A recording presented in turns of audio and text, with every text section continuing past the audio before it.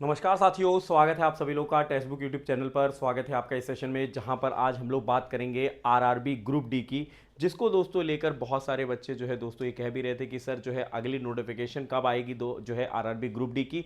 उस पर भी हम लोग बात करेंगे। जो अभी हाल ही में नोटिफिकेशन आया था वो किसके रिगार्डिंग था वो भी हम लोग यहाँ पे बात करने वाले हैं। डिटेल में चीज़ों पे बात करेंगे कि दोस्तों एज क्राइटेरिया क्या है, ठीक है, एजुकेशन क्वालिफिकेशन, एग्जाम पैटर्न क्या होता है, ये सारी चीज़ें हम लोग समझेंगे। लेकिन इसको हम लोग जो है 5 से 6 मिनट में कवर करने की कोशिश करेंगे। एक बार जल्दी जल्दी से सेशन सभी लोग शेयर कर दीजिएगा जिससे सब लोग यहाँ पे जुड़ सकें। चलिए स्टार्ट करते हैं यहाँ पे हम लोग जो है पूरा डिटेल में। तो देखिए दोस्तों, अभी हाल ही में जो है एक दोस्तों नोटिफिकेशन आया था जिसमें दोस्तों इंटेंट की बात की गई थी। ठीक है, तो इंटेंट की क्या बात की गई थी ये सुनिएगा। ठीक है, यहाँ पे 4 अगस्त को रेलवे बोर्ड ने जो है लेवल 1 मतलब ग्रुप डी 2026 की जो रिक्तियां हैं उसके लिए इंडेंट मैनेजमेंट मॉड्यूल खोल दिया है। ठीक है, अब इसमें क्या कहा गया है, इन्होंने कहा है जोनल रेलवे द्वारा नई रिक्तियां की जो है गणना शुरू कर दी गई है। मतलब जो खाली जो पदे हैं उनकी जो है दोस्तों काउंटिंग शुरू हो चुकी है। यह असेसमेंट की शुरुआत है, फाइनल वैकेंसी का ऐलान नहीं। दोस्तों जो अभी नोटिफिकेशन आया था उसमें ये असेसमेंट कर रहे हैं कि कितनी अभी वैकेंसी खाली है। ऐसा नहीं कि इन्होंने दोस्तों ये घोषणा कर दी कि इतनी वैकेंसी आई है। ठीक है, और ये 31 दिसंबर 2027 तक की खाली होने वाले सभी पदों का जो है डेटा दर्ज करने की बात की गई है। तो मतलब जितने भी दोस्तों खाली पदे होंगी उन सब की बात यहां पे की गई है। अब यहां पे देखिए क्या क्या कहा गया है। तो इन्होंने 4 अगस्त को रेलवे बोर्ड का एक आधिकारिक नोटिस जारी किया। ठीक है, फिर उसके बाद 6 से 14 अगस्त तक इन्होंने इंटेंडिंग यूनिट्स के लिए डेटा सबमिट करने की जो है डेडलाइन रखी है कि भैया आपको डेटा सबमिट करना है, कितनी कितनी वैकेंसीज खाली हैं किस किस जोन में। ठीक है, 10 से 20 अगस्त के बीच में ये हेडक्वार्टर्स के लिए डेटा अप्रूवल और सबमिशन का समय होगा कि जब उनको दोस्तों अपना डेटा जो है यहां पे क्या करवाना होगा, अप्रूव करवाना होगा कि हमारे यहां इतनी वैकेंसी खाली है तो हम इतने वैकेंसी के लिए यहां पे पोस्ट के लिए वैकेंसीज निकालने वाले हैं।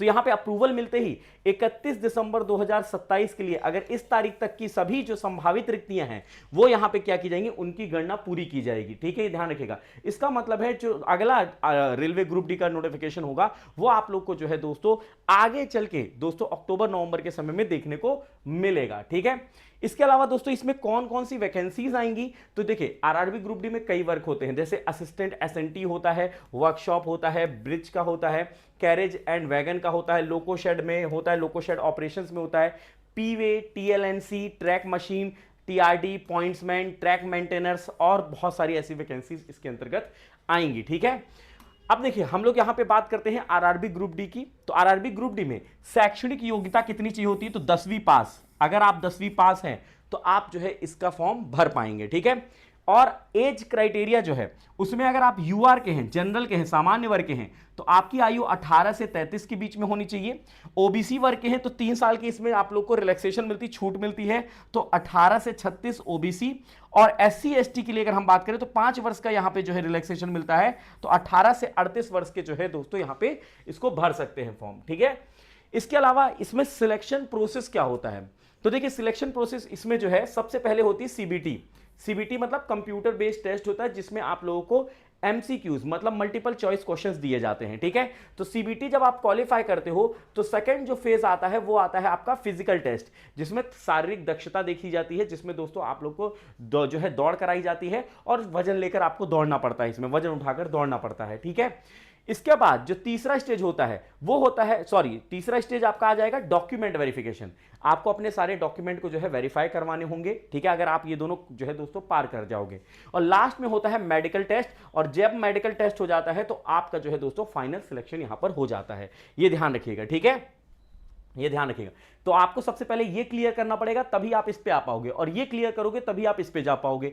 ठीक है, तो स्टेप बाय स्टेप ही आप जा पाएंगे आगे।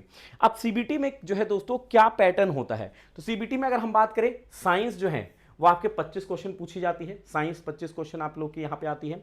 ठीक है, करंट अफेयर जनरल अवेयर्स की अगर हम बात करें तो 20 यहां पे मार्क्स का होता है, ये 25 मार्क्स का ये है साइंस, और ये 20 मार्क्स का है। इसके अलावा अगर हम बात करें जो तर्क शक्ति मतलब रीजनिंग जो होती है उसमें दोस्तों 30 क्वेश्चन होते हैं, और गणित जो है मैथमेटिक्स इसमें आपके जो है 25 क्वेश्चंस होते हैं। ठीक है, तो इस तरीके से आप लोग का डिस्ट्रीब्यूशन होता है सब्जेक्ट्स का। ठीक है, ध्यान रखिएगा। अब देखो दोस्तों यहां पे आपको फोकस क्या करना होगा, क्योंकि बच्चा रीजनिंग बहुत अच्छा कर रहा होता है, ठीक है, बच्चे को फोकस यहां पे दिक्कत आ रही होती है, और क्योंकि ये वेटेज भले कम है, लेकिन दोस्तों रैंक वाली प्रोसेस अगर हम बात करें, जो सिलेक्शन वाला प्रोसेस है वो यही करवाता है। ठीक है, जनरल अवेयरनेस और करंट अफेयर, बाकी विज्ञान तो आपको करना ही करना है, साथ में गणित भी यहां पे करनी होगी। अब देखो दोस्तों, यहां पे अगर हम बात करें कैसे तैयारी की जाए, तो सबसे पहले तो आप अपना बेसिक जो है सिलेबस पूरा करें। जैसे अगर आप फ्रेशर हैं तो आपको अपना बेसिक क्लियर करना पड़ेगा, फाउंडेशन क्लियर करना पड़ेगा, बिना फाउंडेशन के आप आगे नहीं जा पाएंगे। और उसके बाद जैसे फाउंडेशन क्लियर हो जाए, पीवाईक्यू लगाइए, इससे आपको एक आइडिया लग जाएगा कि कैसे सवाल आते हैं, किस पैटर्न के आते हैं और क्या ट्रेंड है, कौन से टॉपिक से आते हैं, ये यहां से पता चलेगा। फिर उसके बाद आप जो है सेक्शनल मॉक पे जो है दोस्तों मूव कर सकते हो, या चैप्टर जो टेस्ट होते हैं वो करिए, और लास्ट में आपको फुल मॉक लगाने होंगे। ठीक है, इस तरीके से आपको जो है सिलेक्शन मिलेगा। अब हम बात कर लेते हैं कि भाई सैलरी कितनी होती है, क्योंकि दोस्तों जब भी हम किसी एग्जाम की तैयारी कर रहे होते हैं तो एक बहुत महत्वपूर्ण जो हमारे लिए मोटिवेशन होता है वो सैलरी भी होती है। तो इसमें सैलरी की अगर हम बात करें तो इसका जो पे स्केल होता है वो दोस्तों 18,000 से 56,900 के बीच में होता है। ये दोस्तों 7th पे कमीशन के अकॉर्डिंग बता रहा हूं मैं। जब आप शुरुआत करते हो तो आपकी बेसिक पे 18,000 होती है, बेसिक पे 18,000 होती है, महंगाई भत्ता 58% हो चुका है, तो 10,440 जो है ये क्या हो जाएगा, महंगाई भत्ता, डियरनेस अलावेंस। इसमें दोस्तों हाउस रेंट अलावेंस भी मिलता है। हाउस रेंट अलाउंस डिपेंड करता है कि आप किस सिटी में हो, जेड सिटी में हो, एक्स सिटी में हो या वाई सिटी में हो, ये इस पे डिपेंड करता है। तो उसके अनुसार जो है दोस्तों 10, 20 और 30% तक का आपको यहां पे क्या मिल जाता है, अलाउंस मिल जाता है। और अगर हम बात करें कुछ इसमें डिडक्शन होते हैं, एनपीएस नेशनल पेंशन स्कीम के तहत जो है दोस्तों कुछ डिडक्शन वगैरह होता है, पीएफ डिडक्शन होता है। और अगर हम ग्रॉस सैलरी की बात करें तो ये 34 से 35,000 के बीच में बनती है, डिपेंडिंग अपॉन कि आपकी किस सिटी में जो है पोस्टिंग हुई है। ठीक है, इन हैंड सैलरी अगर हम बात करें तो 27 से जो है 30,000 के बीच में आपकी आती है। ठीक है, इन हैंड सैलरी। लेकिन जब दोस्तों प्रमोशन हो जाता है, 5 साल के जब प्रमोशन हो जाता है, तो इन हैंड जो सैलरी आने लगती है वो दोस्तों 32 से 36,000 के बीच में आने लगती है 5 साल के बाद। लेकिन ठीक है, तो जैसा कि मैंने आपको बताया कि सैलरी ग्रोथ जो है 5 साल के बाद आपको यहां पे देखने को मिलती है, 5 ईयर्स के बाद। इसमें इन हैंड सैलरी फिर 32,000 से 36,000 के बीच में हो जाती है। ठीक है, इसके अलावा अगर हम बात करते हैं कि यहां पे प्रमोशंस के चांसेस भी होते हैं। ठीक है, अगर आप जो है दोस्तों हायर एजुकेशन है आपके, तो इसमें आप प्रमोशन कर सकते हो, और आपको तैयारी करने का समय भी आपको यहां पे मिल जाता है, तो आप यहां से तैयारी भी कर सकते हो। ठीक है, अब दोस्तों कई लोग को रहेगा कि हम तैयारी करें कैसे सर, रेलवे ग्रुप डी की करना चाहते हैं, तो उसके लिए मैं आपको सिंपल सा तरीका बताता हूं। आप जो है सुपर पास लाइव पे जुड़ सकते हो। आप जाइए ब्राउजर पे सर्च करिए टेक्स्ट बुक सर्च करेंगे तो पहला ऑप्शन आ गया टेक्स्ट बुक, इसको क्लिक करिएगा। सुपर कोचिंग पे गए, ठीक है, रेलवे एग्जाम, ठीक है, रेलवे सबसे ऊपर है, रेलवे एग्जाम गए, सुपर पास लाइव पे गए तो यहां पे आपको सारे देखो आरआरबी ग्रुप डी का भी कोर्स है, सारे कोर्स मिल जाएंगे। ऐसा नहीं सिर्फ रेलवे, एसएससी, बैंकिंग, टीचिंग सभी ग्रुप मिल जाएंगे। Foundation course, crash course, mock test, current affair सब कुछ मिलेगा। टेस्ट सीरीज मिल जाएगा, जैसे देखिए आरआरबी ग्रुप डी का टेस्ट सीरीज की अगर हम बात करें तो इसमें 2103 टेस्ट है। ठीक है, इसमें जिसमें आपको 30 जो है एग्जाम डे स्पेशल टेस्ट है, एक ऑफिशियल मॉक टेस्ट है, 12 लाइव टेस्ट है, 20 जो है यहां पे 8 न्यूमेरिकल क्वेश्चन हैं, 32 मोस्ट रिपीटेड क्वेश्चन है। ठीक है, 125 स्टडी प्लान, तो ये सारी चीजें आपको एक साथ मिल जाएंगी। इसके अलावा पीडीएफ आपको स्टडी नोट्स वाले सेक्शन मिल जाएगा। लास्ट में आप दोस्तों प्राइसिंग चेक कर पाओगे। इसमें 12 महीना, 3 महीना और 1 महीने का सब्सक्रिप्शन होता है।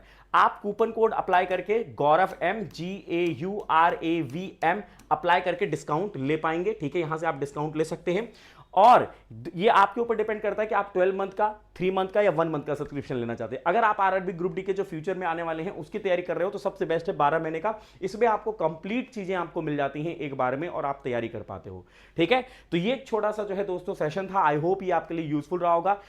अगर आपके लिए यूजफुल रहा है तो लाइक करिएगा, शेयर करिएगा। किसी प्रकार का डाउट होता है तो कमेंट बॉक्स में जरूर पूछ लीजिएगा, वहां पे मैं आपको रिप्लाई करने की पूरी कोशिश करूंगा, अन्यथा एक वीडियो आपके लिए जो है कर दूंगा। ठीक है, और ऐसे और अपडेट्स के लिए जुड़े रहिएगा हमारे साथ टेक्स्ट बुक चैनल के साथ। तब तक रखिएगा अपना ख्याल। बाय बाय, टेक केयर, जय हिंद, जय भारत।